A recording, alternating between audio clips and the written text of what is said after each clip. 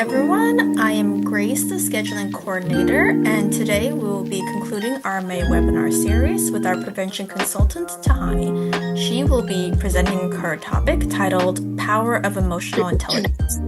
Just a little information about her. Tahani Helms Ishmael is a dedicated NJ4S prevention consultant whose passion for community empowerment shines through in her work. With a unique blend of creativity and professionalism, she champions initiatives that uplift youth and promote positive change.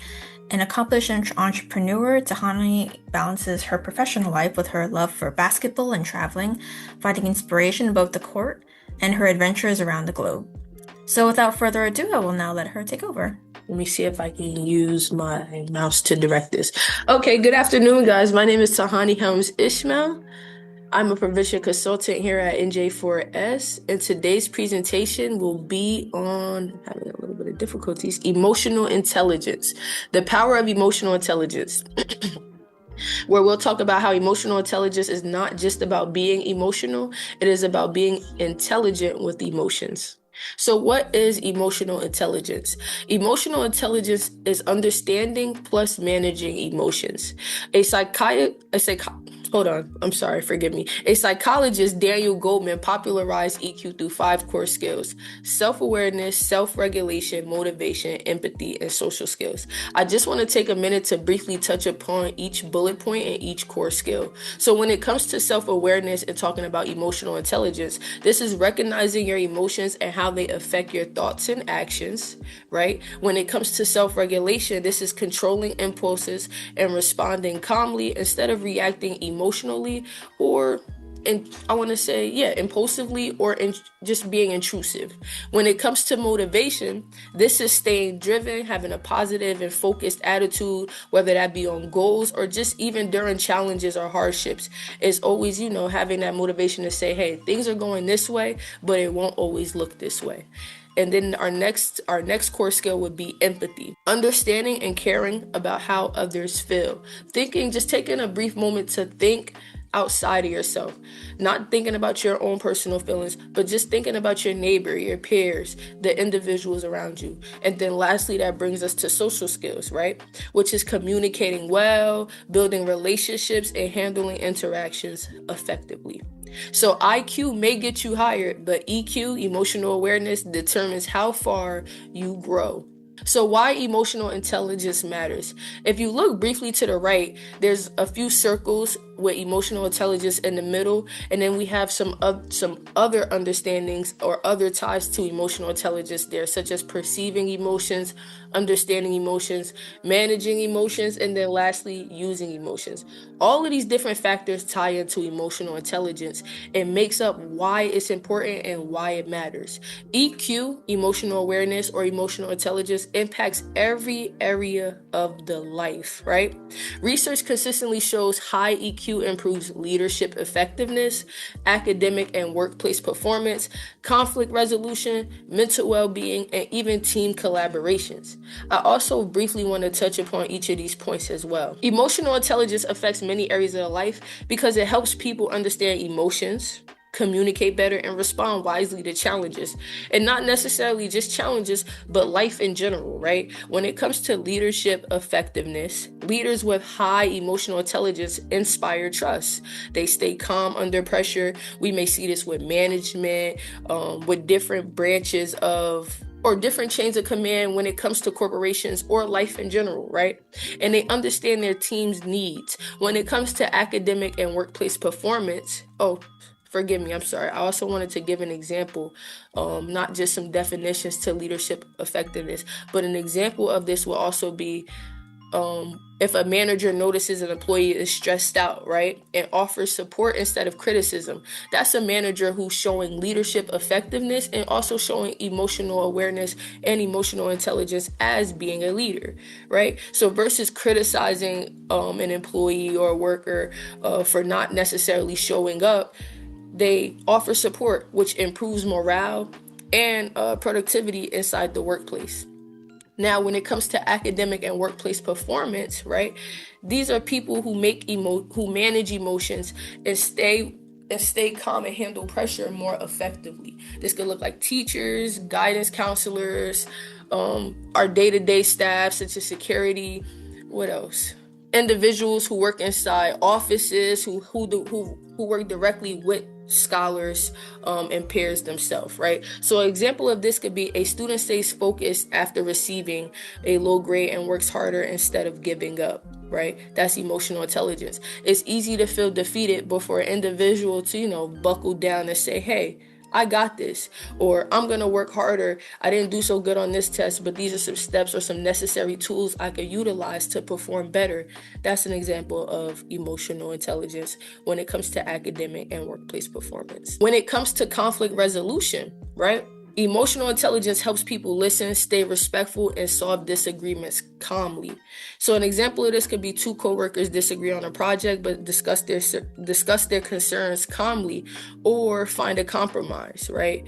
Especially when it comes to workplace environment, oftentimes when people or individuals are working on big projects, sometimes you're dealing with a lot of different personalities, people who may feel a certain type of passion compared to other individuals, which is not necessarily a good or a bad, but it's just how do we work together and get the goal done, or how do we work together to reach the end goal? So that also requires emotional intelligence. When it comes to mental well-being, understanding and regulating emotions reduces stress, anxiety.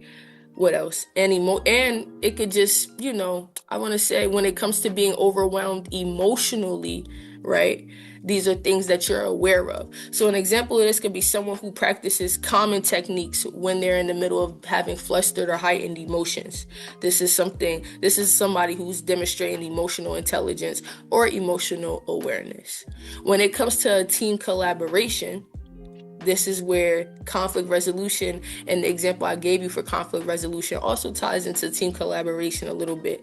This is where empathy and social skills improve. Most importantly, communication, trust, and teamwork. An example of somebody who's emotionally aware or emotionally intelligent could be a team member encourages a quieter coworker, to speak up on an idea so that way everyone feels included.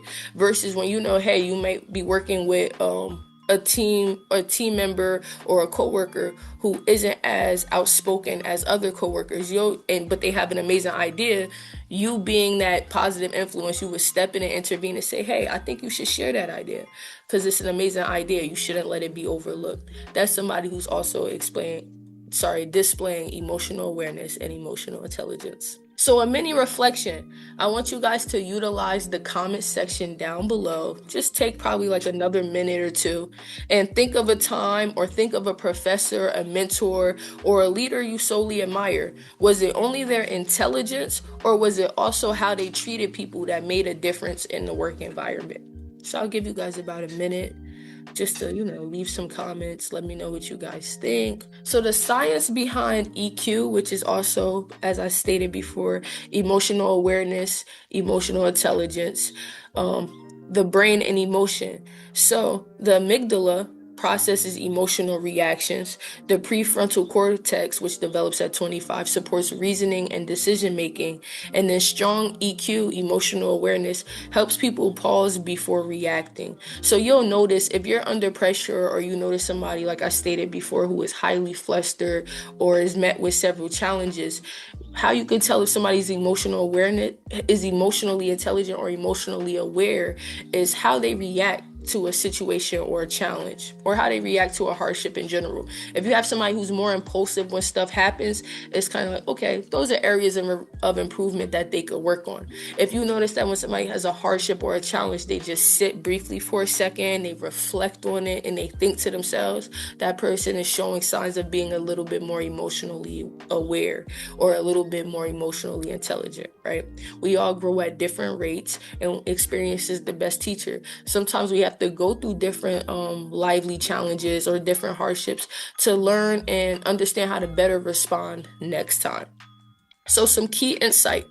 Emotion and logic are partners, not opposites. Now, I know people say, hey, well, you can't be emotional and logical. Two things can be true. And in fact, these two things are true. Emotion and logic are in fact partners and they're not opposites. It does take two to make a decision, especially when you're dealing with different things. Some things just require logic? Yes. Do some things require emotion? Yes. But can two things coexist? Absolutely. An example, once again, would be a calm response during pressure often reflects emotional mastery, not weakness. So when it comes to emotional intelligence and leadership, great leaders read the room. Leaders with high EQ, emotional awareness, or emotional intelligence inspire trust. They actively listen, they handle criticism constructively, and they motivate diverse teams. Powerful leaders often praise for their EQ, or some popular influencers or influential people who made an impact on our livelihood that we may know can be Nelson Mandela or Michelle Obama. Another discussion problem I want to utilize just to be a little bit interactive in the comment section would be, would you rather work for someone highly intelligent or emotionally intelligent? And why? If you briefly want to explain why, I encourage you to use the comment section down below just to share your thoughts, and I'll give this about another minute. EQ is practical, not abstract. So high EQ helps adults navigate relationships. Of course, that's important because we're constantly meeting people, meeting new people. We have relationships with our siblings. We have friendships that we've been in for years. So having high emotional awareness and emotional intelligence is important because it helps you navigate relationships. It helps you manage stress, especially when you're faced with different obstacles and different hardships. You know how to handle stress a little bit more better, or just livelihood challenges in general. You communicate effectively, and you're able to adapt to change, especially when things are sudden changes could be, disruptive to individuals. But definitely having emotional intelligence allows you to just reflect and give yourself a minute to process your next steps. This happened. What do I need to do next, right? For scholars and educators, this looks like better classroom engagement, knowing how to engage some of those quiet students, or knowing how to tell, the outgoing students, hey, let's make room and let's make space for the students who really don't speak up as much. This could also look like stronger collaboration, team projects, acing them, especially for my scholars and my youth, right? You guys have a lot of team projects coming up, a lot of good science fairs, a lot of different clubs and sports where you have to collaborate with a lot of different people, from individuals to teacher, peer to peer. So this could definitely look like stronger collaboration amongst yourself, peer to peer, or from peer to teacher, or from teacher to teacher, right? And then more meaningful mentorships. I think as you start to grow as an individual and as experience becomes the best teacher, you become more emotionally aware or more emotionally intelligent to seek people who are in alignment with where you currently are in life, right? So sometimes that looks like shedding out, old relationships also, and making room for what's to come and making room for what's new. Can emotional intelligence be learned? Right? Question of the day, question of this webinar. And the answer to that question is absolutely. It sure can. Unlike IQ, EQ can be developed intentionally, especially through experience, right? Some simple practices is pause before reacting. Take a deep breath. Just give yourself about 2 to 3 seconds. Sometimes 2 to 3 seconds isn't enough given the situation. If you need more time, take more time, right? Everything doesn't require you to make an impromptu decision, meaning making a decision right on the spot or right on the jimmy. Sometimes it's okay to slow yourself down and say, hey, let me think about this, right? Let me weigh all my options and just really calculate things and really sit with things just for a moment. So I want everybody to just pause before reacting. If you're ever faced with a hardship or a challenge, just give it a second, right, before making any decision. As much as we all like to, vent and get things off our chest, it's also important to make space for people to do the same. And also you'll realize that you learn a lot more when you speak less, when you open the room up for others to, invite themselves into your space, or just to, make a safe space just to learn more. You actually do learn a lot more, right? So practice active listening, reflect on emotional triggers. So if you find yourself, overcoming a hardship or overcoming an experience that was detrimental to you, and you reacted emotionally or you were triggered, right? Sit with yourself and say, why did this bother me? Why did this make me feel away? Because when you get to the root of the problem, you start to respond different when you can highlight and recognize the things that triggered you, right? So if something arises, a situation or a hardship arises and it really bothered you and you gave yourself a moment to reflect on it, I'm pretty sure the next time a similar situation happens, you may respond differently because you got to the root of the problem of what the actual trigger was, right? Ask, what is this person feeling?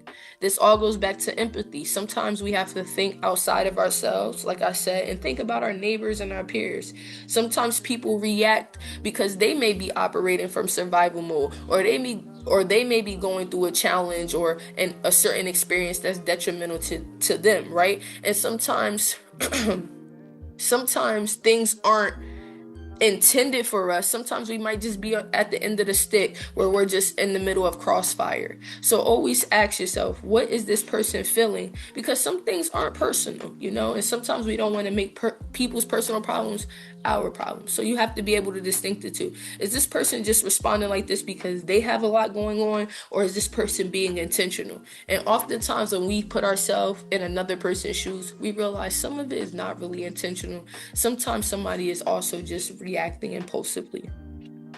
Develop empathy through perspective taking, which is taking yourself out of your perspective and your POV and putting yourself in somebody else's shoes to try to understand what an individual is going through or what something may look like from their perspective. The last activity I want to leave us with, and I want you guys to utilize the comment section down below again, is describe a recent emotional challenge and how did you respond to that? What could you have done differently now that you have experience? Like I said, experience is the best teacher. So if you feel like you went into a situation and you didn't handle it the best way, not necessarily wrong or right, but you just had a moment to reflect on it after you responded. If you feel like you responded impulsively, now that you reflected on it, if the situation was to arise again, what are some things you took from that first experience that you know 100%, hey, if this second experience arises, or if something similar arises, I know I'm going to do something differently. And what could you have done differently now that you have experience? I'll give you guys about a minute to utilize that comment section down below. Let's interact with each other, talk to each other. And our final takeaway, emotional intelligence is the human side of excellence. I want you guys to sit with that and reflect on that a little bit. In a world driven by technology and information, EQ, which is emotional awareness and emotional intelligence, once again, builds connection. Emotional intelligence strengthens leadership, and emotional intelligence creates lasting impact. So I'll leave you with my closing question. What kind of intelligence will define the future?